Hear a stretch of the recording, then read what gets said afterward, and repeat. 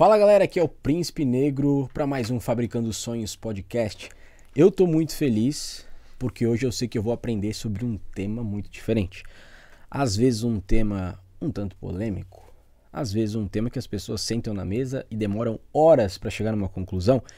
Porém, a gente tem alguém hoje aqui que serve a comunidade de uma forma diferente. Ele também é cristão, ele também é casado. E é um cara muito intelectual, parece que gosta muito de estudar, muito culto, né? Hoje eu tô aqui com o Diego Nazato, vereador aqui na cidade de Blumenau e também é cristão. Política e religião, se discute, sim ou não? Se fala sobre isso nas mesas do dia a dia? Diego Nazato, é um prazer estar falando contigo. Seja bem-vindo ao Fabricando Sonhos podcast. Tudo bem? Pô, Léo, muito obrigado pelo convite. Para mim é uma alegria, uma honra estar aqui contigo. E acho que a gente vai conseguir discorrer sobre temas legais aí. Não precisamos falar só de política, a gente tem que falar sobre o que é viver de verdade. E para mim é uma alegria estar aqui. Vamos desenrolar um papo legal. Esse foi um dos motivos que a gente quis conversar contigo, né? Sempre que eu falo sobre qualquer coisa sobre política, minha mãe já fica preocupada. Vai falar sobre política, vai dar BO. Mas eu vi que tu gosta muito de falar sobre temas gerais, né? Estudar, tudo teve um início e eu queria ir para esse início, né? Hoje tu é um vereador, né? Tem uma carreira já, mas tu sonhava em ser vereador ou foi algo que foi desenvolvendo no decorrer dos anos? Olha, na verdade, estar vereador, porque a gente não é vereador, a gente está nessa posição durante um período de até 4 anos, eu vejo muito mais como uma missão, uma entrega à sociedade do que algum projeto pessoal. E isso não fazia parte dos meus planos, por incrível que pareça. Eu venho de uma família simples, que tem um comércio no bairro da cidade, e fui uma criança e um jovem muito tímido. Eu tinha muita dificuldade de me misturar com as pessoas. Eu tenho até alguns relatos curiosos para fazer, que na época do meu ensino médio, eu não ia nas festas de aniversário dos meus colegas da escola por receio de ter que me misturar. Então, foi um grande desafio me tornar uma pessoa pública. Sim. Sair por aí batendo de porta em porta, conversando com as pessoas e convencendo elas de que a gente tinha uma proposta diferente. Mas as coisas foram acontecendo e agora eu estou aqui, porque eu acredito que é a coisa certa a se fazer e todo mundo deveria contribuir de alguma forma com a sua sociedade. Entendo. Então tu era o cara que tinha uma festa, tu se esconde, tu não ia nas festas, tu preferia ficar em casa do que ter que falar em público e se misturar com as pessoas. É bem isso. E como a minha família tem um comércio, um restaurante, e como toda boa empresa familiar, todo mundo participa de alguma coisa, eu estava lá atendendo as pessoas e os clientes, oferecendo uma bebida, alguma coisa nas mesas, e eu tinha muita vergonha, quando adolescente ainda, de chegar nas pessoas e perguntar se elas precisavam servir alguma coisa. Meu pai me ajudou muito a superar um pouco desse medo, ele me acompanhava quando eu era mais pequeno, ali na mesa, esse aqui é o Diego, ele vai atender vocês aqui hoje, e eu fui quebrando um pouco esse gelo. E teve um momento assim, acho que eu tinha uns 16 ou 17 anos de idade, que eu reconheci que essa timidez exagerada que eu tinha só iria me prejudicar e não existia qualquer tipo de motivo para eu ter medo, vergonha, receio, porque eu não fazia nada de errado. As pessoas deveriam ter vergonha de fazer coisas erradas, de não seguir bons princípios. E eu sempre fui um jovem estudioso, sempre honrei minha família, então não existia motivo para eu ter vergonha de chegar nas pessoas. E olha só que coisa curiosa, num desses aniversários que eu fui convidado, mas eu não queria ir, eu pensei, eu preciso superar esse medo, tenho que me misturar mais com as pessoas. E eu topei ir lá. E quando eu cheguei na festa de aniversário desse colega, na verdade era o primeiro ano que eu estava numa escola diferente, no ensino médio, então muitas pessoas ainda não me conheciam. Quando eu cheguei lá, tinha um grupo de jovens descolados do colégio, aquele pessoal que desenrolava bem. Sim. E eles disseram, o quê? Tu convidou esse cara para estar aqui? Tiraram onda contigo? Exatamente, né? Vieram perguntar pro anfitrião por que ele tinha me convidado pra festa, porque eu não parecia me misturar com aquele pessoal que desenrolava bem no papo, um hobby, um negócio assim, e daí aquilo ali me matou por dentro, sabe? Só que a minha estratégia foi fazer daquilo ali também uma gozação. Então, se eles fizeram uma piada pra cima de mim, eu entrei na brincadeira e acabei desarmando eles, porque pra você...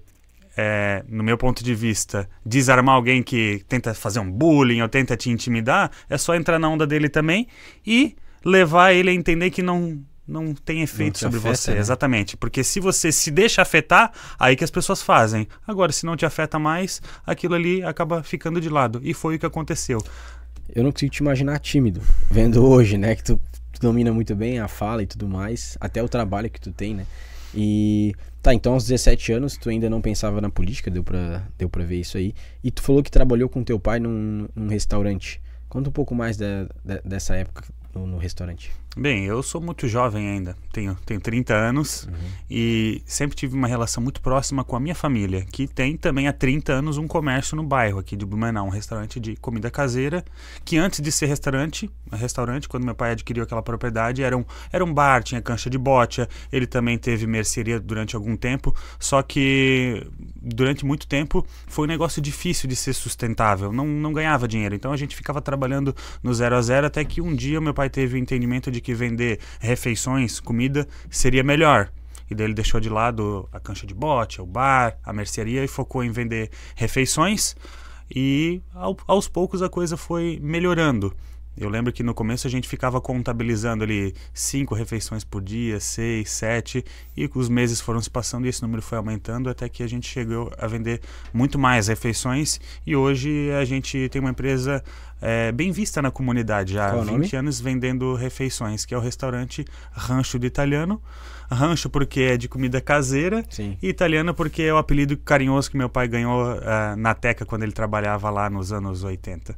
Então já tem, tá vendo, gente? Já conseguiu um restaurante pra eu comer. Lá é no almoço ou é de noite? Como é que funciona? A gente trabalha com almoço caseiro de segunda a sábado. Certo. E essa parte da culinária tu ainda leva no teu dia a dia? Como funciona? Eu sou um péssimo cozinheiro. Eu sirvo para atender os clientes lá. Então, o grande prazer era estar ali junto das pessoas nas mesas, vendo se precisava de alguma coisa, auxiliar com isso, com aquilo. O dia a dia administrativo do restaurante. E como a nossa comida é preparada no fogão a lenha, aí, depois que a gente termina de atender os clientes, vai lá para a fazenda procurar alguém que está vendendo eucalipto para comprar mais lenha. Então é um dia a dia bem gostoso e não tem uma rotina. Por mais que pareça repetitivo, a gente consegue ter boa parte do dia livre para fazer bastante coisas que a gente gostaria. E como hoje tu tem uma rotina já, né, estabelecida até de atendimento da sociedade, tu consegue ter esse contato ainda? Porque como tu cresceu sendo um cara tímido, normalmente essas pessoas tendem a estar mais com a família, com o pai, com a mãe, né? Até ir se soltando, ir pras festas e tal. Então tu parece ser um cara que é apegado aos pais e hoje tu consegue ter esse tempo com eles, visto que também hoje tu também é um homem casado, é um homem que já tem uma filhinha, um bebê, né? Então tu consegue ter esse tempo fazendo o que gosta, tá com a família, indo no restaurante lá, lembrando dos velhos tempos. Sim, na verdade eu tomo o cuidado de me manter próximo deles. É claro que depois que a gente segue a nossa vida, a tendência é a gente se afastar um pouco mais, e por eu estar à frente desse cargo de vereador, também me afastei muito das questões ligadas à empresa da família. Sim. Mas eu procuro estar lá com bastante recorrência. Ainda é o lugar que eu faço os meus almoços junto com a minha esposa, minha filha, então tem essa proximidade e eu sinto que eu em algum momento vou voltar para lá com mais energia ainda, porque eu creio que estou de passagem pela política e esse não vai ser o meu fim. Certo. Falando em não ser o fim, eu queria saber, então, tipo assim, qual seria um sonho teu depois desse tempo na política, né? Que nem tu falou, é um cargo de 4 anos, a gente não sabe, depois pode ter 8 anos, mas como tu se vê daqui 10 anos, então, por exemplo? O que tu gostaria de estar fazendo? Tendo servido já a comunidade, tu teve a experiência com os teus pais no restaurante, o que tu deseja fazer?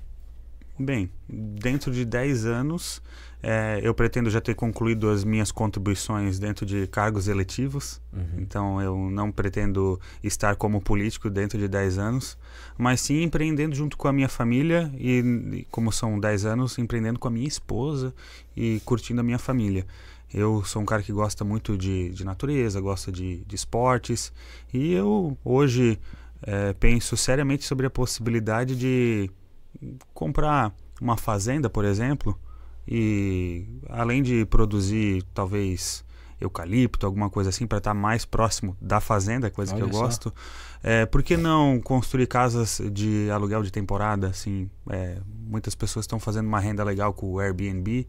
Eu acho que seguiria próximo daquilo que eu gosto, que é o contato com a natureza, esse dia a dia mais tranquilo, e ainda assim estaria servindo as pessoas, recepcionando elas, deixando o ambiente gostoso. Eu acho que essa é a minha verdadeira vocação. Acho que já deu pra ver que tu rompeu a timidez de vez, né? Porque antes ele não queria nem ter contato com pessoa, agora tudo que ele faz, ele quer ter contato com pessoas, né?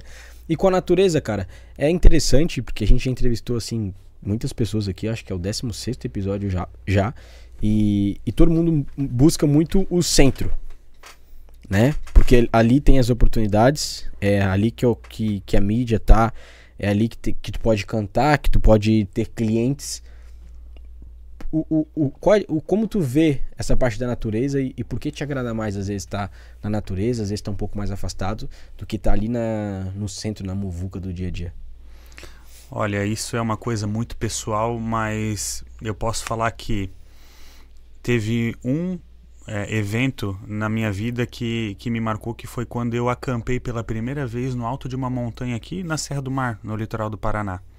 Foi a primeira vez que eu tinha subido uma montanha tão alta aqui na nossa região. É só subir morro, montanha. O Pico Paraná, que é a montanha mais alta do sul do Brasil. Uau. Eu que, à época que fiz essa empreitada, era uma pessoa totalmente sedentária, não estava acostumado com atividade física, então foi um perrengue. Morreu lá. Fui com alguns amigos, passei muita dificuldade com cãibra e cheguei lá. E ver aquele nascer do sol do alto da montanha e observar a sombra da montanha se projetando infinitamente no horizonte e aquela grandiosidade fez eu me conectar com Deus de uma forma diferente. Então eu sou o tipo de pessoa que quando eu estou sozinho eu consigo pensar mais a respeito da vida, a respeito de propósito, a respeito do que tem valor de verdade. E desde então eu tenho me dedicado a, sempre que possível, estar próximo da natureza, com alguns amigos mais íntimos que vão estar junto vivenciando uma coisa tão especial como essa.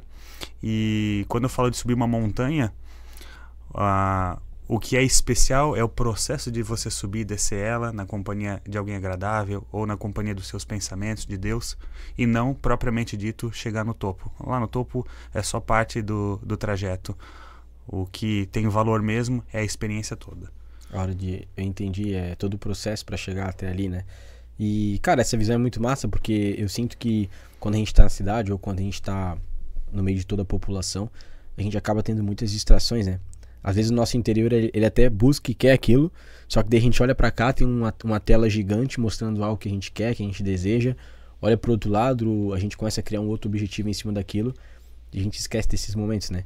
Eu tenho um pouco de dificuldade, esses dias eu até confesso pra vocês, eu tava em casa com a minha esposa e a gente trabalhando bastante e tal. E foi um dia muito assim, ó, sabe aquele dia mais estressante de todos?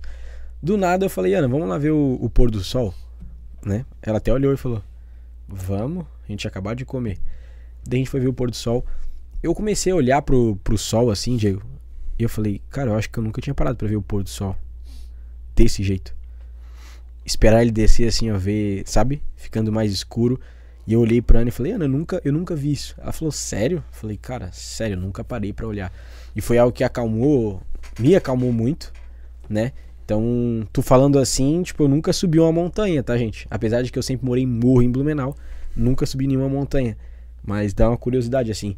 E o topo, normalmente o pessoal acampa em cima, não? Como é que funciona? Ah, sim, tem regras distintas para cada tipo de lugar, né? Uhum. Mas na Serra do Mar do Paraná, que é o meu lugar favorito, porque tem as montanhas mais bonitas, na minha opinião, tem áreas de acampamento no alto das montanhas, um pouco mais abaixo do cume delas. Então tem experiências para todos os gostos, inclusive para quem tem uma performance não tão elaborada, dá para fazer algumas empreitadas mais fáceis também. Não precisa passar perrengue a ponto de ficar com muita câimbra nas coxas. Tá me dando ideia. A Ana já não gosta muito de mosquito. Se prepara, repelente pra comprar, que a gente vai começar a subir montanha a partir de amanhã. Não, tô brincando. Indica umas montanhas mais fáceis. Aqui em Blumenau tem qual é o morro mais alto de todos? É o nome? Vamos lá, né? A montanha mais tradicional de Blumenau é o Spitzkopf. Inclusive, antes de vir para cá, eu recebi um convite para estar num acampamento lá no Spitzkopf, lá na base. Um conhecido meu estava me convidando para estar junto com eles lá. E o Spitzkopf é tradicionalíssimo. Todo bom blumenauense sobe essa montanha. E eu, como sou da região norte, de Blumenau, e às vezes não quero dirigir até lá no Grande Garcia. Demora, né? Ah, mas se eu quero dar uma pernada, tomar um banho de cachoeira, eu costumo ir ali no Morro do Baú, que fica no município de Ilhota, e é rapidinho para quem sai da região norte, ir lá, sobe o morro, desce, dá uma suada e depois se refresca na cachoeira que tem lá embaixo, é bem legal. O cachoeira é uma coisa massa, né? A gente tá saindo desse tempo de tão calor aqui em Blumenau, inclusive, né? Essa transição me deixou um pouco gripado. Vocês devem estar reparando, né? Mas eu acho muito massa esses rios, assim. Tu falou sobre Deus, né? Que quando tu tá lá em cima, tu consegue olhar e tu viu a profundidade do que é Deus. Quando tu fala de Deus e fala que é um vereador, muitas pessoas às vezes pensam assim, ó. Popular, né? Eles falam de Deus assim pra poder conseguir voto ou pra conseguir na igreja, algo nesse sentido. Mas Deus, ele entrou na tua vida depois da política, antes. Quem é Deus pra ti? Que Deus é esse, né, na tua visão? Fala um pouquinho mais pra gente, porque agora a gente tá tendo uma oportunidade, talvez, Diego, de falar de uma forma mais simples, mais aberta. Não é um debate, ou não é, sabe, não tem aquela pressão. Então eu queria saber da forma mais verdadeira e profunda, quem é Deus pra ti? Olha, eu acho que é um pouco difícil ter essa definição e ter alguma comparação com o mundo da política. Eu estou filiado a partido político há quase 9 anos, ao Partido Novo, né? Uhum. E disputei as eleições em 2020. E esse processo de crer em Deus sempre existiu em mim. Eu só não conseguia descrever ele de alguma forma específica, né? Sim. Então eu sempre entendi que existe um agente criador do universo, criador das nossas missões individuais, mas eu nunca materializava ele de alguma forma específica. Eu acho que tem muitas pessoas que vivem isso, principalmente quem gosta muito de estudar. Eu sempre fui um cara que fui muito ligado à ciência, muito ligado ao evolucionismo, e me aproximei mais das igrejas evangélicas depois que conheci a minha atual esposa. Ela já era convertida há algum tempo, e daí eu comecei a acompanhar ela, como todo bom marido deveria fazer, acompanhar a sua esposa quando ela faz alguma coisa positiva, né? Evangelista. Exatamente. E visitei algumas igrejas de diversas denominações aqui na cidade, até que encontrei uma que eu achei que fosse a nossa casa de verdade, a minha e da minha esposa. Qual? Hoje a gente é membro da Igreja Bola de Neve, lá na rua Frei Stanislau Schetti. Água Verde ali, né? Exatamente. A gente está frequentando lá desde 2019. Conheci pessoas maravilhosas por lá, e sei que aquela lá é a minha casa agora. E trazendo para a política agora, eu acho que sim, é difícil a gente falar sobre Deus, falar sobre a sua fé e sobre política ao mesmo tempo, porque pode parecer para as pessoas que você quer se aproveitar de alguma forma. E eu reconheço isso, e eu também acho que a maioria das pessoas se aproveita, assim. Tenta comprar os seus irmãos na fé. E é por isso que eu prefiro ser discreto nessa parte. A maioria das pessoas não sabe que eu participo de alguma denominação cristã, por exemplo, e eu não acho que isso tem que ser prioritário, porque você deve falar através dos seus atos e não de palavras. Então, se a pessoa me acompanhar pelas redes sociais, ela vai começar a ver quem eu sou, quais são os meus atos, como eu me posiciono publicamente nos temas que são recorrentes na Câmara de Vereadores, e a partir dos meus atos ela vai saber quem eu sou do ponto de vista da fé e dos meus princípios. Então eu não preciso colocar uma máscara de cristão para ser cristão. Eu preciso primeiro ser, daí as pessoas vão ver Cristo em mim. É difícil esconder a luz, né? Então, a partir do momento... E as pessoas não usam Jesus ou Deus só na política. Elas usam nas músicas. Tem muita gente que não é cristão, mas canta porque hoje é um mercado que dá muito dinheiro. Os cachês são bem altos, né? Então Deus, ele está sendo usado pelas pessoas de várias formas, né? Eu te pergunto isso porque a gente, infelizmente, viu muitos exemplos ruins, né? Recentemente, enfim, na verdade sempre teve disso, né? E eu queria saber de ti, como que um cristão hoje, dentro de uma Câmara de Vereadores, ou às vezes sendo prefeito, ou sendo governador, ou até presidente, ele pode ajudar a colocar mais princípios que vêm do Senhor dentro da nossa sociedade, mas ao mesmo tempo respeitando que somos um país que a gente é livre para ter outros deuses também, né? Então, deve ter um meio termo para tu não ser aquele cara que quer impor, né, como uma ditadura, mas ao mesmo tempo tu traz princípios daquele Deus que tu crê ali para dentro, porque faz parte de você, não tem como separar, né? E quem vota em ti também sabe disso. Então, como que você faz para estar trazendo esses princípios, né? Esse caráter de Deus? Claro, no teu dia a dia tem a postura, a forma que você lida, né? Mas como apresentar isso lá dentro e talvez tentar espalhar pela cidade de uma forma que respeite também as outras religiões? Eu acho que a receita, ela é mais fácil do que parece, porque a gente tem um referencial, alguém já fez isso, Jesus Cristo. Jesus Cristo, ele era detentor de todo o poder enquanto ele esteve aqui. Verdade. E eu tenho uma posição que tem um pouco de poder também, um cargo eletivo. Um prefeito, um governador também tem, de certa forma, algum poder. E se Deus, manifestado através de seu Filho Jesus Cristo, que tinha todo o poder, não impôs nada à sociedade, deixou todos livres, por que eu deveria fazer isso? Então, tendo uma posição de poder, sendo um agente político, vereador, deputado, governador, não vai te credenciar a impor nada sobre a vida das pessoas. Isso não significa que você não deva orientá-las, porque Jesus fez isso, ele mostrou o caminho, mas cabe a cada um seguir ou não. Então existe uma linha muito tênue entre você impor alguma vontade, alguma crença sua a todos os demais e você cometer uma injustiça, porque próprio Jesus Cristo e Deus nos garantiram o livre-arbítrio. Então acho que a gente precisa garantir às pessoas o direito de errarem e assumirem riscos. Sim. Né? E eu, entrando agora um pouco mais na minha filosofia, acho que principalmente no Brasil, o governo ele adotou uma postura ao longo dos últimos anos, das últimas décadas, na verdade, paternalista. Ele acredita que as pessoas são incapazes de governar suas próprias vidas. Isso se manifesta diante de diversas obrigações que eles nos vendem como direitos. E vou dar um exemplo aqui. O Fundo de Garantia. É claro que é um tema um pouco polêmico, mas o que é o Fundo de Garantia na sua essência? É o governo tirando parte do salário das pessoas e guardando para elas a força, para quem sabe um dia ela poder dar entrada numa casa. Ou quando tiver uma enchente, ela ter algum recurso guardado. Isso significa que o governo não acredita que você é capaz de fazer isso por conta própria. Ele vai lá e faz. E ele chama isso de direito. Eu chamo isso de obrigação. Né? Então eu penso que os agentes políticos do Brasil, cada vez mais eles precisam entender que as pessoas são livres, as pessoas têm condição de assumir riscos e empreitadas na sua vida, porque quanto mais do nosso poder, do nosso direito nós delegamos aos políticos, menos sobra pra gente, e esse é o caminho da servidão. Já tem alguns livros que dizem sobre isso. E eu, como entusiasta do liberalismo econômico, principalmente, poderia citar diversos autores que já estão falando isso há mais de um século. Né? O próprio Adam Smith fala em algumas de suas obras, que é o pai do liberalismo, que a gente só consegue prosperar em meio à liberdade econômica. Eu até comentei contigo em off ali que a gente tem o sistema de preços em vigor num mundo livre. E o sistema de preços é uma invenção tecnológica, é para a gente orientar o nosso consumo, para saber o que é prioridade ou não, para não ter desperdícios. E daí Como assim? E daí a gente vai conseguir alocar o recurso naquilo que for mais necessário, porque se um produto é escasso, ele tem que ser usado com sabedoria. E isso se reflete no preço.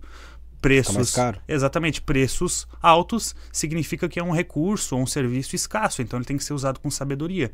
Isso vai orientar o consumo para as pessoas alocarem sempre os seus recursos, que são limitados, primeiro nas suas necessidades mais urgentes. E é assim que o mundo prospera.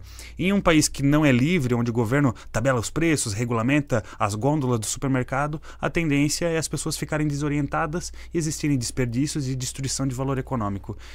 Toda essa teoria econômica eu acho que é bem complexa para a gente falar num podcast despretensioso. A gente está aqui para conhecer o Diego e o que ele acredita. Né? Eu acho muito legal falar sobre isso.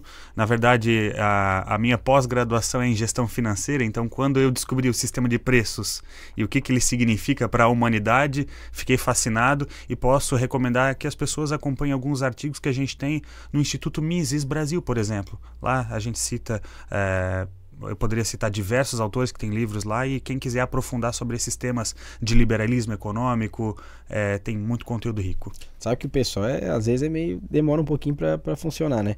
Já deixa uma indicação então, porque através dessa indicação ela vai achando outras outras melhores, né? Talvez, né? Mas diz um aí que tu gosta e que dá pra começar. Um de fácil leitura, talvez, porque como tu falou, né? Tu já tá fazendo a tua pós. Então, você que tá iniciando em casa, quer entender um pouco mais do que ele falou? Dá um exemplo aí, que tu gosta de ler. Sabes, antes de eu falar isso, política junta diversos elementos. Economia, filosofia, ética, e tudo isso está junto. As coisas caminham juntas, porque uma própria condução de política econômica, ela tem a ver com princípios e valores. Você sabia disso? Porque a economia, ela não é uma ciência exata, não existe certo e errado na condução econômica de um país. Então, com base em seus princípios, você vai levar o país por um caminho ou outro. E eu posso citar um exemplo, o endividamento da nação. Eu sou contra o endividamento da nação, sabe por quê? Porque significa que algum político atual vai colher louros e frutos às custas das próximas gerações. Isso é imoral, porque se eu quero construir uma ponte e me beneficiar do uso dessa ponte, eu tenho que pagar por ela e não deixar para os meus filhos e netos pagarem. Então, acho que se você quer usufruir de alguma coisa, você faz, você paga. E não vai deixar para os seus filhos e netos pagarem essa conta. E um livro que eu posso indicar em torno disso, que fala muito sobre ética, filosofia, economia, o sistema de preços propriamente dito, é um livro de facílima leitura, chamado As 6 Lições, por Ludwig von Mises. Na verdade, foi uma apresentação que ele fez na Argentina, no século passado, e essa apresentação virou o livro As 6 Lições, e é um livro bem compacto, acho que em 1 ou 2 dias de leitura a pessoa consegue ter uma boa assimilação dessas ideias. 1, 2 dias de leitura, se você já está acostumado a ler, né? Que eu gosto muito de ler a Bíblia, né? Inclusive eu não falei do Kelvão hoje, né? É que ele tá um pouquinho mais forte, parece até outro cara sentado ali. Falei, o Jovem Pan contratou um bombado para trabalhar aqui, não é o Kelvin, que tá famoso também. E tá com um podcast novo aí, Kelvin. Qual que é o nome mesmo? Pan Pipoca. Pan Pipoca? Sim. É sobre o quê? Sobre cinema, série, como é que é, documentário. É mais coisa da TV? É cinema, assim mesmo. Cinema. O cara, ele vê vários podcasts acontecendo aqui. Eu não tinha dúvida de que em algum momento ele ia criar algo pra ele, né? Ele já entende, já sabe editar, sabe fazer tudo. E tá no YouTube da Jovem Pan Blumenau. Gente, inclusive, se você ainda não é inscrito no nosso canal, Fabricando Sonhos Podcast, se inscreva aqui embaixo e ativa o sininho, porque sempre que sair um novo episódio, você vai estar naquela correria do dia a dia, vai aparecer lá pra você, opa, novo episódio. E também no Spotify agora, você também pode ouvir o episódio com o Diego Nazato, lavando uma loucinha, bota num som em casa pra ouvir com a família, indo pro trabalho, você que é Uber também, às vezes tem que ficar vendo a corrida, deixa no Spotify, porque aqui a gente trabalha com o que tem de melhor com a modernidade, entendeu? Então no Spotify você pode acompanhar a gente também. Eu queria falar agora de família, né? Porque pra mim é uma coisa muito importante. Depois que eu me casei, eu vi a importância ainda mais da família, né? Agora tendo a minha esposa. E tu citou a tua esposa já umas 3 vezes, né? Fala um pouco de como tu conheceu a Tamara, gente. A Tamara, que também é da Jovem Pan, né? E da Clube. Como você conheceu a Tamara? Eu conheci a Tamara pelas redes sociais. Olha só como o século XXI faz as coisas acontecerem. Tá vendo como isso aqui é tudo moderno? E olha só, na verdade, a Tamara me adicionou na rede social, que coisa curiosa, né? Então ela foi uma mulher de atitude.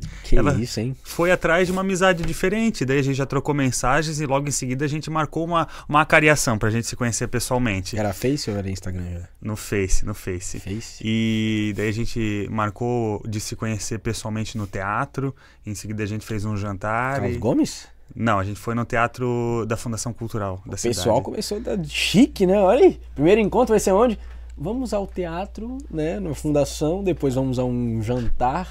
Vai, conta aí, eu tô te atrapalhando. Não, mas foi uma experiência legal, a gente já teve muita conexão ali, porque quando a gente se conheceu, eu tinha, de certa forma, um engajamento com as ideias do liberalismo, um ativismo político a partir do Partido Novo, e ela também com essa vertente de jornalista, curiosa sobre os assuntos da cidade, então a gente conseguiu conversar bastante e ter essa conexão. E pouquíssimo tempo depois de nos conhecermos, aí a gente já assumiu um compromisso de namoro e logo em seguida a gente noivou e casou muito rápido. Entre conhecer a Tamara e nos casarmos teve um período de aproximadamente 1 ano e meio apenas. E eu acho que isso é rápido, até porque naquela época eu não participava de igreja nenhuma, não era um cristão, mas não me arrependo, e eu tenho certeza que muitos dos meus colegas acharam a atitude bem estranha, porque a maioria das pessoas fica muitos anos namorando uma pessoa, depois muitos anos noivo, e quem sabe um dia casa, né? Mas eu já casei em menos de 2 anos de conhecer a pessoa. Eu não entendo essa parte aí. A pessoa namora 5 anos, depois fica no noivado mais 10 anos e depois, pra mim não faz muito sentido. Porque tu já, inclusive falando em amor da minha vida, a Ana tá aqui, gente, só que ligando, né? Depois eu aviso pra ela que eu desliguei porque eu tô num podcast, senão ela vai achar, né? Tá desligando a minha cara, porque a gente já é casado, a gente não tá mais namorando nem noivado. Já né? são um só. Um só. E aí tu casou com a Tamara e foi bem rápido mesmo, hein? 1 ano. Vocês começaram a dar muito rolê? Como é que foi isso aí? Foi um processo rápido? Não, eu acho que foi importante para nós dois. Isso foi um processo tranquilo.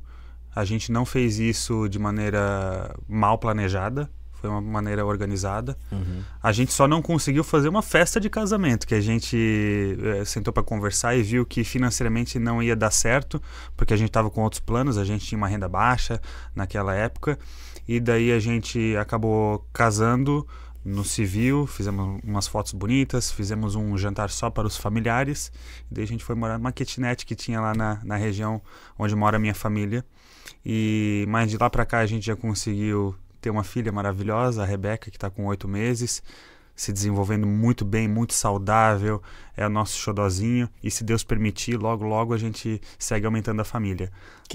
Da minha parte, teríamos pelo menos uns 3 filhos. Vamos ver se Deus e a Tamara estão de acordo com essa visão. Eu falo todo podcast isso aí, cara. A herança tem que ficar aí, 3, que eu falo pra no brinco, né? A gente tá fazendo uma roda aqui, às vezes, entre os irmãos da fé lá, e eu falo, cara, eu não posso mais, eu não uso mais de um monte de coisa que eu usava antes.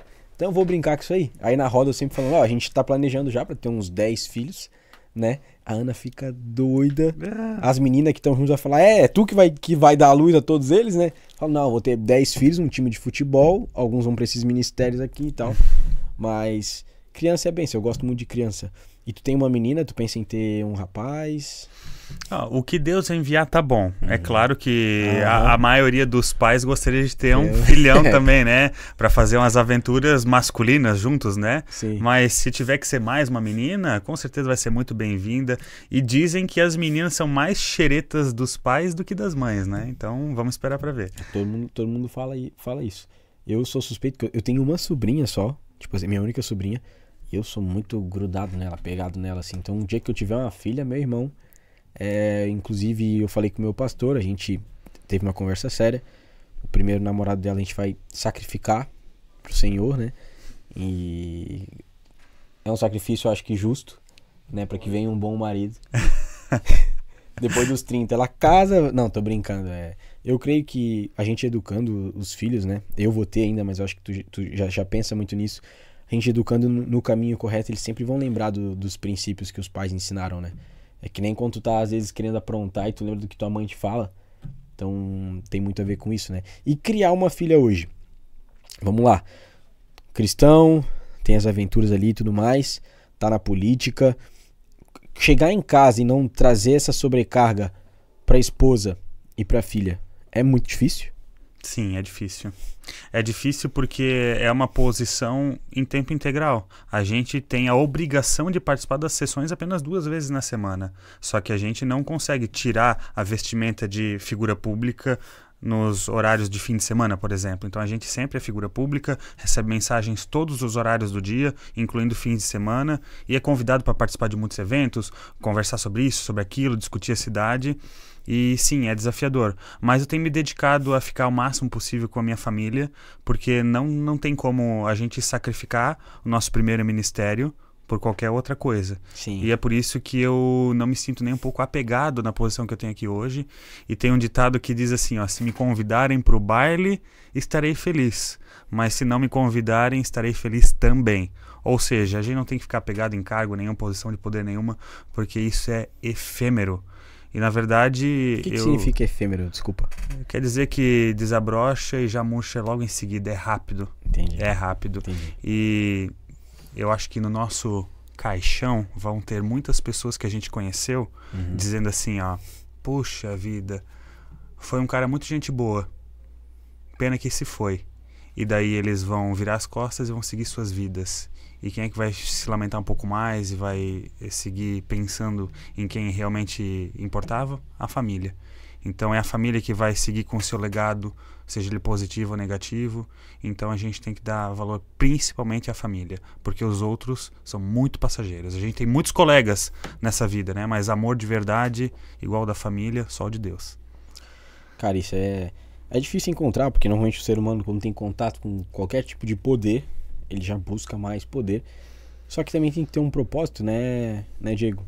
Então se colocar debaixo da vontade de Deus nesse sentido. E eu quero até aproveitar que esse podcast ele tá nessa pegada cristã. Amém. E comentar que em 2020, quando eu concorri pela primeira vez, teve resultado de que eu fui eleito e poucos dias depois eu fiquei sabendo que não tinha sido eleito.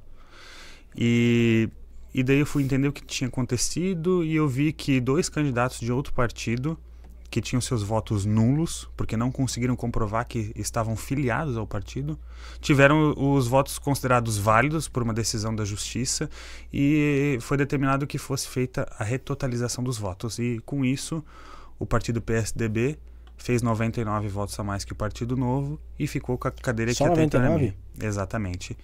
E daí eu que era eleito, tinha dado entrevistas como vitorioso, não era mais eleito.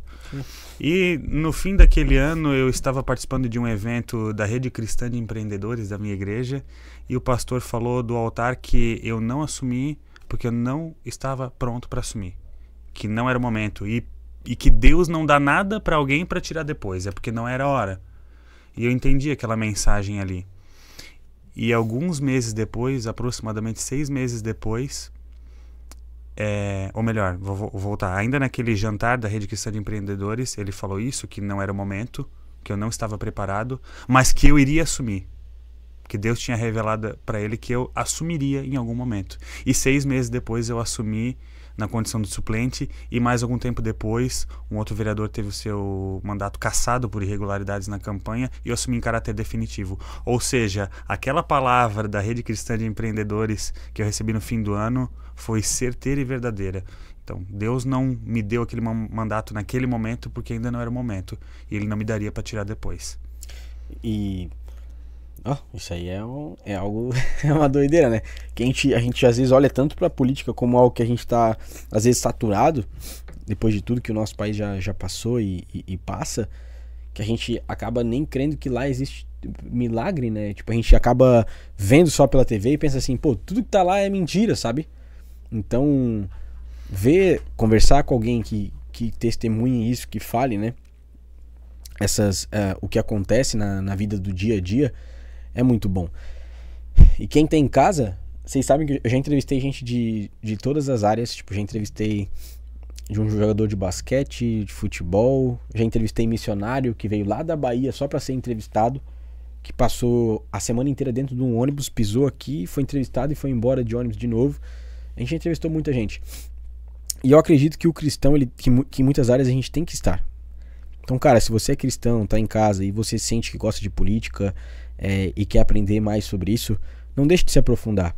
Vocês têm que lembrar que na Bíblia existiram várias pessoas de Deus que representaram, e José, inclusive, foi um governador no Egito para salvar toda aquela região que ele morava. Então Deus colocou ele como um governador do próprio faraó, que não era um povo especificamente escolhido por Deus, né? E ele governou lá durante muito tempo. Então existiram muitas pessoas com cargos importantes, né?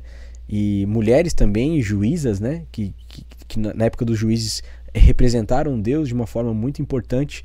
Então a gente precisa disso hoje, né? E as pessoas estão um pouco desmotivadas. Teria algo para dizer para essas pessoas que estão um pouco desmotivadas, estão desacreditadas da política brasileira, porque querendo ou não, a gente é um dos países hoje que infelizmente somos conhecidos por ter uma corrupção muito grande. Sim. Então eu quero conversar sobre isso e acho muito importante as pessoas prestarem atenção. Uhum. Já ouviram o ditado de que as pessoas têm os políticos que merecem? Sim. Os políticos não são uma entidade separada, viu? Os políticos somos nós. Os políticos são o povo. Existe uma barreira psicológica que separa os políticos da população geral. Mas essa barreira tem que ruir. As pessoas deveriam enxergar as pessoas como aquilo que elas realmente são. Pessoas comuns. E por que eu me envolvi de alguma forma? Porque eu não quero só criticar, eu quero trazer solução. E eu acho que o Brasil, durante muito tempo, esteve caminhando na direção errada. E do que adianta só ficar falando e apontando os erros para que alguém resolva o problema? Gente que fala que está errado, tem muitas por aí. E quantos estão dispostos a participar de uma reunião e tentar solucionar esse problema? Então, mais do que ser um indignado, a gente tem que partir para ação. E eu sabia que, me envolvendo de alguma forma, eu poderia contribuir de verdade, porque, repito, só falar não adianta. E daí, como eu me identifico com os ideais do Partido Novo, que são livre mercado, liberdade com responsabilidade, respeito à propriedade privada, direito à legítima defesa, entre outros do liberalismo, eu pensei, poxa, é um movimento que eu me identifico e eu gostaria de apoiá-lo de alguma forma para que no futuro eu possa votar nesses candidatos. Isso que eu estou falando para vocês é entre 2013 e 2014. E daí, quando o partido teve registro deferido em 2015, eu pensei, é isso aí que eu quero poder votar no futuro, mas eu preciso ajudar eles. Porque o Partido Novo, ele veio diretamente da sociedade civil, ele não é um outro partido que rachou e virou um partido novo para um lado e outro para outro. Ele foi feito a partir da sociedade civil com coleta de assinaturas, é um partido que surgiu do zero. E quando ele veio a existir, não tinha políticos dentro, eram só pessoas comuns. Dentista, empresário, estudantes, são as pessoas que fundaram o Partido Novo. Daí me identifiquei e, junto com alguns outros filiados aqui da cidade, que tinham feito exatamente a mesma coisa que eu, a gente começou a divulgar essas ideias para que mais pessoas se filiassem e ajudassem a divulgar. E fui com o meu carro, com a minha gasolina, com o meu recurso, para Brusque, para Timbó, para Pomerode, para Balneário, para Floripa, fazer apresentações, dizer, olha, a gente tem um partido diferente, um partido que tem esse diferenciais, que não faz isso, que tem essa pessoa. Vamos lá, vamos nos mover por ideias e não por pessoas. Já repararam que a maioria dos partidos tem um cacique? E é o cacique que coordena e representa a imagem do partido? O correto é a gente se guiar por princípios e valores, ideias e não pessoas. Porque as pessoas erram, mas os valores continuam. Então, se eu aqui, vereador Diego, pisar no tomate, é porque eu errei, mas as ideias que eu defendi no passado, elas continuam em vigor, ainda continuam sendo as ideias corretas. Liberdade com responsabilidade, respeito à propriedade privada das pessoas, respeito à livre iniciativa, desregulamentar a economia para ser mais fácil você empreender, gerar riqueza, trazer soluções. Até pouco tempo atrás a gente tinha aqui em Blumenau uma legislação que impedia a instalação de antenas de telecomunicação em cima das edificações. Uma lei que não faz o menor sentido. Porque quando surge uma inovação tecnológica, aquela lei atrapalha. E foi isso que a gente viveu. Quando surgiu a tecnologia 5G, com as antenas pequenas, que são praticamente como um modem da internet, essa lei teve que ser revogada. Ou seja, quanto mais legislação desnecessária a gente tem, mais a gente impede o desenvolvimento da tecnologia e do progresso da humanidade. E é por isso que eu acredito que mais do que ter novas leis, a gente precisa tirar fora as leis que não funcionam e deixar um ambiente de negócios favorável para que as pessoas de livre e espontânea vontade negociem entre si, respeitem contratos e façam com que o mundo aconteça. O governo ele tem que ser um agente propiciador de um bom ambiente de negócios, respeito aos contratos, segurança jurídica e daí fazer valer aquilo que as pessoas acordam livremente entre si. Eu vou fazer uma pergunta que eu acho que todo... Tem água ainda, né? Sim, eu gosto muito de água, tá? Pode mandar bastante. Calvão, tu consegue pegar um pouquinho pra nós? Uma pergunta que todo brasileiro acho que gostaria de fazer. Por que político, num geral, né, gasta tanto? Por que a gente vê tanta notícia na internet, político usou tantos milhões, político gastou tanto assim? É um gasto que hoje tu enxerga como um gasto que ele é necessário? Quando tu tá lá dentro, precisa meio mesmo desse recurso para gastar tudo isso? O que acontece? Porque a população parece que percebe que quanto mais é gasto, mais aumenta o imposto. Aí eles vão lá e gastam mais, aí tem que aumentar mais o imposto. Aí daqui a pouco um é preso. O que está acontecendo? Olha, Eu vejo que a maior parte do dinheiro que é empregado, seja no Poder Executivo, Legislativo, Judiciário, é mal empregado. Eu acho que no Brasil muito recurso é desperdiçado nessas que eu chamo de atividades meio, porque isso não é um fim por si. Atividades meio? Eu costumo separar atividades fim e atividades meio. Tá. O fim é aquilo que é o destino natural do seu recurso. Tu queres uma vaga na creche, aquilo lá é o fim, por isso que tu paga o imposto, para ter uma vaga na creche. E tu não quer que tenha um monte de interlocutores ali no meio que vão consumindo esse recurso, porque você paga R$100 de impostos e só 5 pinga lá na vaga de creche, né? Os outros 95, eles morrem nas atividades meio, que são os processos administrativos, taxas, burocracia, carimbadores de papel, burocratas. Então, daria para enxugar muito, tá? Só que, ao mesmo tempo, eu não posso ser hipócrita. Muito do gasto que a gente tem com a atividade pública no Brasil é o preço que se paga pela democracia. Eu, particularmente, faço um mandato modesto, não contrato todos os profissionais que poderia, não uso as verbas de gabinete, ou seja, eu uso meu próprio carro. Quando eu vou fazer uma viagem oficial a Florianópolis, eu banco com meu recurso próprio para tentar dar o exemplo, porque existe muito desperdício, né?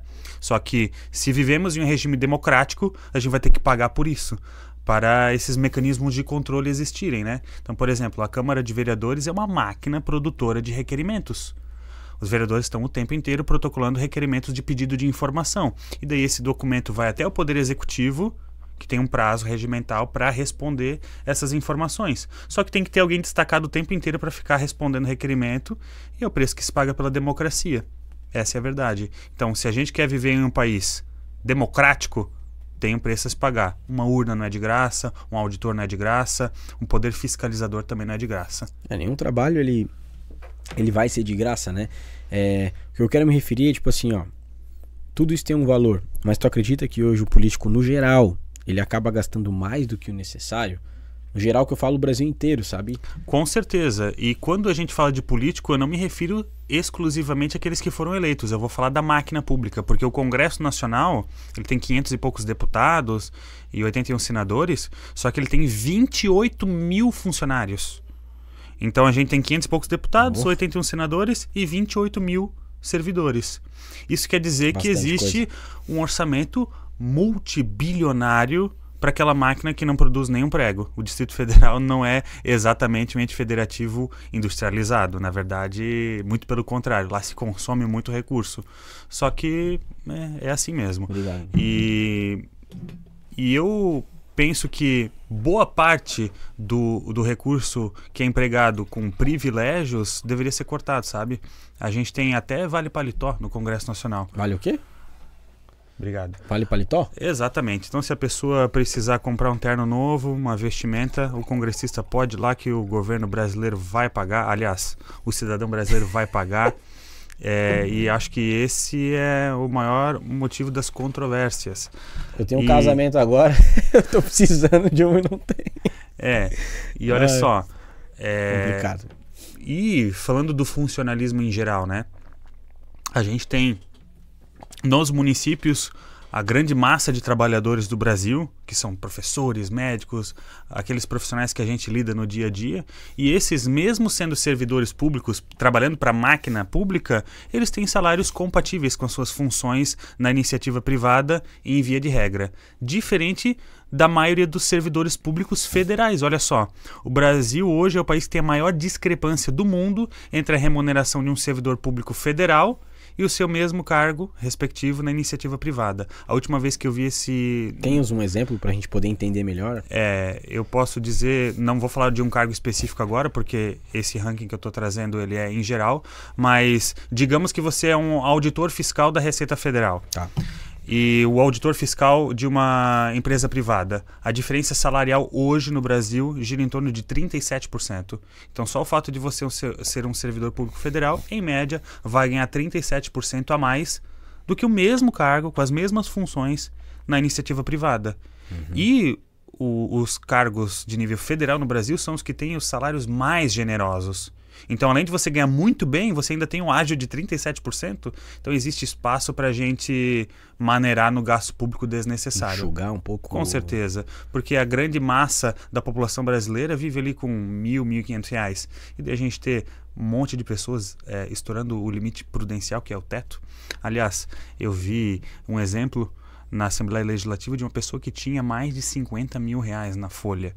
E daí, como ela estourava o limite do teto, do salário do funcionalismo, aí tinha um corte e caía para 30 e poucos mil reais. Mas é inimaginável pensar que um servidor de uma Assembleia Legislativa precise ter uma remuneração tão alta, muito acima de qualquer cargo compatível na iniciativa privada. 50 mil é muito dinheiro. E a gente está falando de um país pobre em desenvolvimento, que é o Brasil.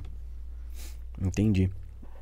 Gente, a gente infelizmente não vai conseguir esclarecer todas as questões da política, né? Apesar de que é algo muito bom a gente falar sobre isso, né? Visto que o nosso país ele precisa de pessoas que se alimentem um pouco mais de informação, de política, de ler mais. Eu me cobro muito, meus amigos leem mais do que eu preciso ler mais, entendeu? Até como artista, né, cara? Pra gente poder falar da nossa sociedade, o estilo musical que eu canto é o hip hop, e é um estilo que vai ajudar muito o povo, né? Trazendo a realidade. Então, eu queria saber sobre um assunto específico agora contigo. Como tu enxergaria a educação ideal? Vamos falar de Blumenau, né? Eu sei que tem a nacional, mas vamos falar de Blumenau, que é onde você está agora. Como você enxergaria o formato ideal para a educação aqui na nossa cidade? Se a gente precisa se mover por idealismo, eu vou ser bem utópico agora. Utópico. Eu sei que hoje, via de regra, né, não são todos os casos, mas via de regra, o desempenho dos alunos nas escolas particulares é melhor do que nas escolas públicas. O que isso significa? Que se tivéssemos mais pessoas frequentando as escolas particulares, provavelmente a gente teria pessoas mais esclarecidas, correto? Porque se de um lado a gente tem notas melhores nas escolas particulares e notas piores nas escolas públicas, no geral, significa que se tivesse mais pessoas nas escolas particulares, a gente estaria melhor. Então, em um mundo ideal, eu defenderia que fosse aplicado o modelo de escolas charter, onde o município paga a mensalidade para o aluno estudar numa escola particular. Isso já tem acontecido em boa parte das creches da nossa cidade.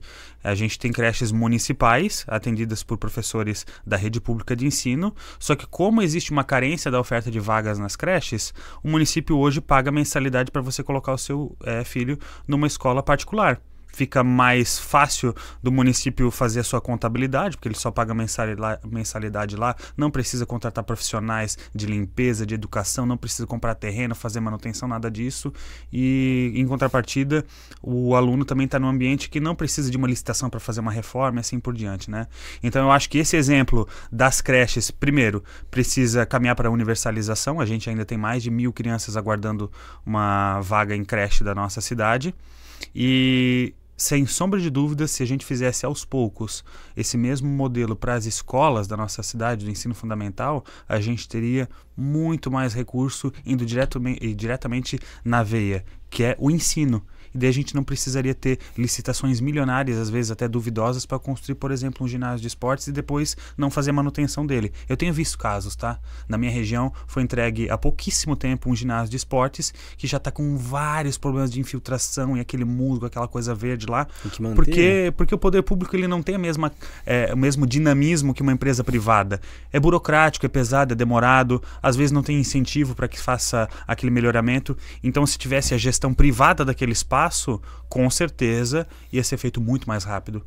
E basta ter o recurso e ir fazendo isso aos poucos. Então esse é o modelo que eu defendo para a nossa cidade. Teria algo que as pessoas normalmente... Porque quando a gente fala de privatização, tem as pessoas que conseguem enxergar benefício e tem pessoas que não enxergam benefício nisso. Fala assim, mas aí quer privatizar tudo, a gente vai perder os direitos, vamos perder o SUS, vamos perder tudo. Tem algo que não é privatizado que tu acha que funciona e vai bem no nosso Brasil, por exemplo? Claro, e eu posso fazer até um exemplo didático. Vamos lá. Pizzaria. A gente não tem pizzaria pública no Brasil. Todas elas são privadas. E daí você tem a liberdade dos empreendedores desenvolverem pizzas diferentes, tamanhos novos ingredientes audaciosos, com sorvete, sem sorvete, com borda, sem borda, quadrada, pizza em cone. E se fosse uma pizzaria estatal, provavelmente você ia ter que se inscrever na fila das pizzarias para um dia receber uma pizza de frango ou de calabresa. Não ia ter muitas opções. Né? Então a pizzaria é um exemplo. O mercado vai escolher qual é o local mais adequado para ter uma pizzaria, observando a relação entre oferta e demanda. Se tiver alguém em algum bairro ganhando muito dinheiro porque ele está sozinho lá e consegue cooptar todos os clientes, o concorrente percebe esse movimento e vai lá e coloca mais uma pizzaria. E daí, mais uma vez, é o sistema de preços orientando aonde precisa ser investido uma pizzaria. Lembram que eu comentei há pouco que o preço orienta o consumo? Se tiver algum empresário de pizzaria ganhando dinheiro acima da média na nossa cidade, é um bom indicativo de que deve abrir mais uma pizzaria do lado, não acham? Então, existe uma relação muito forte entre oferta de pizza, pouca oferta porque só tem uma loja ali, e demanda, tem muita gente demandando. E daí o cara tá lucrando demais, porque ele tá sozinho. E daí o preço orienta as pessoas a colocarem a concorrência ali. E é por isso que eu acredito tanto no livre mercado. Pizzaria é um exemplo de que a gente pode sim confiar nas empresas e nos indivíduos para entregar as melhores soluções, nos melhores endereços. E quando você não satisfazer bem o seu cliente, você vai fechar as portas porque ele não vai mais te procurar. Mas tem alguma coisa que não é privada que funciona? E que tu acha assim, sim, isso aqui é de boa, acho que manter... Eu acho que o nível geral, por exemplo, do ensino público na nossa cidade é positivo. A gente tem bons profissionais, a gente tem boas escolas, principalmente comparando com o nível do Brasil, né? Então, não é uma crítica à coisa pública, é só reconhecer que, em geral, com as parcerias adequadas, a gente consegue se livrar do engessamento que a coisa pública traz. Porque, como eu falei... A questão é quando tu faz tudo muito na parte pública...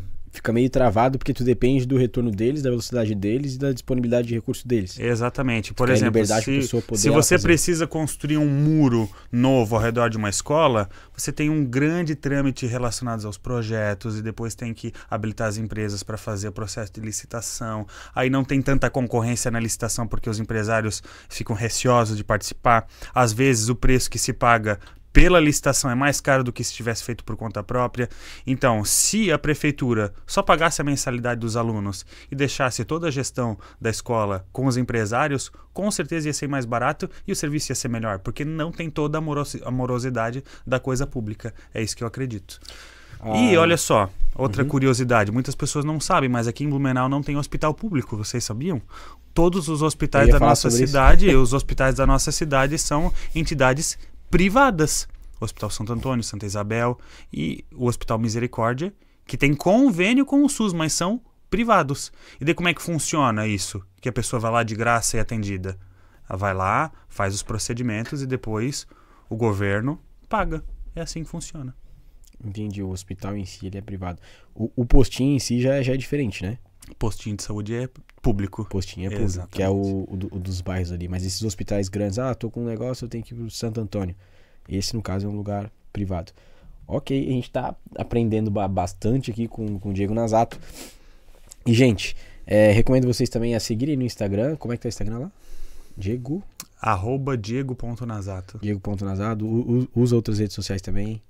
Eu sou um cara meio analógico, eu não sou muito chegado em redes sociais, mas a gente tá no Face, tá no Insta.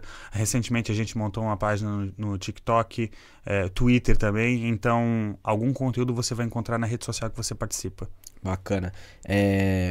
Em Blumenau em si, né, a gente tem público do Brasil inteiro aí, né, dos entrevistados que vieram e o podcast, hoje a gente vê como podcast também nacional, mas acompanhe o vereador da sua cidade, aquela pessoa que você votou, que seus pais votaram, passe a acompanhar, vai no Instagram dele, pergunta se tá tudo bem, pergunta por que a rua é assim, e eu acho que a gente tem esse papel de estar participando, né, porque às vezes a gente cobra que o político, ele só aparece de 4 em 4 anos, e eu já fiz muito essa crítica aí, tá? Mas às vezes a gente também só aparece de 4 em 4 anos pra dizer que não tá bom. Se você viu que tem algo que pode ser consertado, cara, já tenta se movimentar e cobrar aquilo ali. Porque a gente tem que fazer a diferença. Eu canto muito, eu sou assim muito na minha igreja, sabe? É de se responsabilizar por aquilo que você tá vendo. Isso aqui não tá legal. Mas pra melhorar tem que fazer isso aqui, né? Então puxa pra cá. É botar a mão na massa, né? Exatamente. Vê o problema e já traz a solução.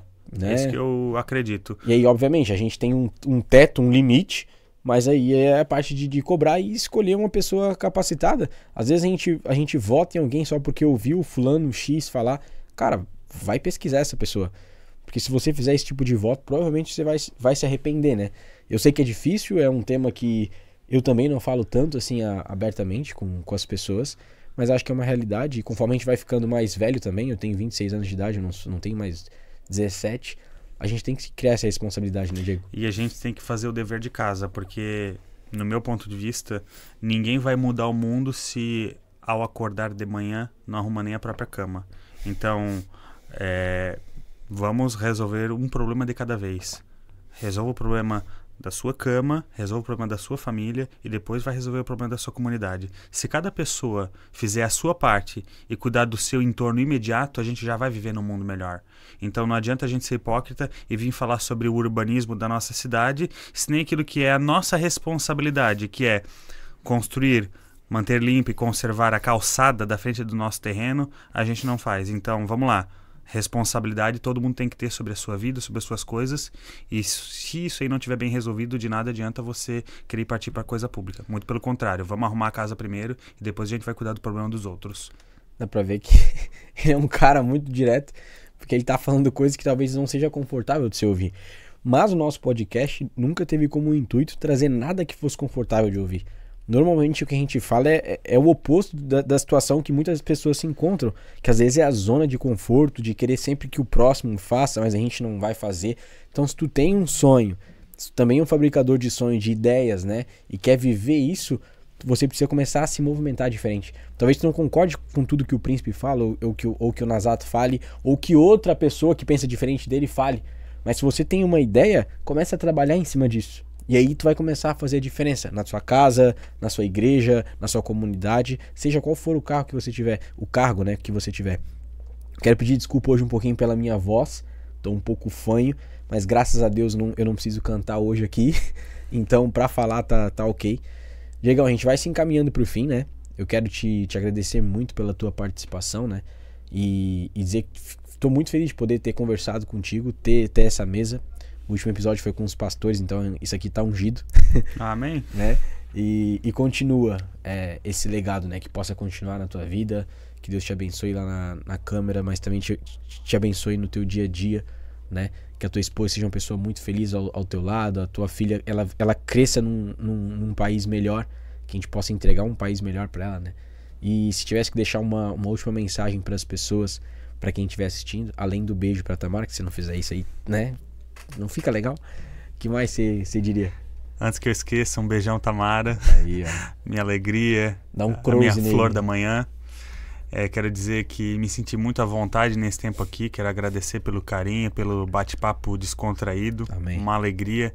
Me sinto muito à vontade para falar sobre temas espinhosos ou não. E estou aberto sempre ao diálogo. Cumprimentar as pessoas que nos acompanharam até aqui. E a mensagem que eu deixo é: o indivíduo é o agente de mudanças. Você é a mudança que você quer na sua casa, na sua rua, na sua cidade. Não fale para alguém resolver o seu problema. Vá lá e faça. Dentro daquilo que estiver diante de suas possibilidades, é claro, né? Sim. Então eu não quero resolver o problema da ONU e já vou querer lá bater na porta da ONU. Se eu tiver condição eu faria, né? Mas a maioria das pessoas não tem condição. Mas dentro do seu universo tem muita coisa que você consegue fazer e resolver sem depender dos outros e principalmente sem depender do governo. Porque ao longo do tempo a gente foi delegando todo o poder que era nosso aos políticos. E agora a gente tem que resgatar esse protagonismo e voltar a ter o poder. O poder que a gente deixou para os políticos é nosso. Isso aí. Gente, eu não poderia deixar de falar também que tudo que você faz na sua vida precisa ter um registro, né? Por isso a gente caminha com a Your Brand. Eles já registraram um podcast Fabricando Sonhos. E se você tem uma empresa, se você é um artista, se você é um influencer, lembre-se, não é porque você gosta desse nome que ele é seu. Você precisa registrá-lo. E a Your Brand tem uma equipe perfeita para poder te atender. Você pode ir no Instagram, Your Brand, certo? Your Brand Brasil, né? Para ser mais específico. E lá você chama no WhatsApp, o pessoal vai te explicar como funciona esse processo de registro. Por que é importante registrar? Vou dar um exemplo. Meu podcast chama Fabricando Sonhos. Eles vão fazer uma pesquisa para você e dizer se esse podcast, no caso para mim, né? Se esse podcast já foi registrado dentro da vertente que eu sigo. Por exemplo, podcast, rádio, aí aparece lá que não. Então esse nome está disponível para que eu possa usar, certo? Eu usando ele, ninguém mais pode usar, ok? Então muitas vezes a gente pensa que aquele nome é nosso, mas ele não é. Alguém pode ir registrar depois de vocês. Inclusive, ele deu o exemplo da pizzaria. Se você abre uma pizzaria, ela faz muito sucesso. Só que esse nome não é seu, você vai ter uma burocracia muito grande, muito difícil, caso alguém registre esse nome antes, ou caso alguém já tenha usado esse nome antes e vocês vão entrar numa disputa judicial muito complicada. Então registre o seu nome e tenha garantia de que sua marca ela é sua de verdade. Lembrando que CNPJ não garante que a marca é sua, então precisa registrar da maneira correta. Ok? Então segue o exemplo do Prince e registra na Your Brand. Esse foi mais um episódio do Fabricando Sonhos Podcast. Que o Senhor esteja contigo e eu vou atender a minha mulher para saber por que ela tá me ligando tanto no horário do podcast. Tamo junto, Deus abençoe. Valeu.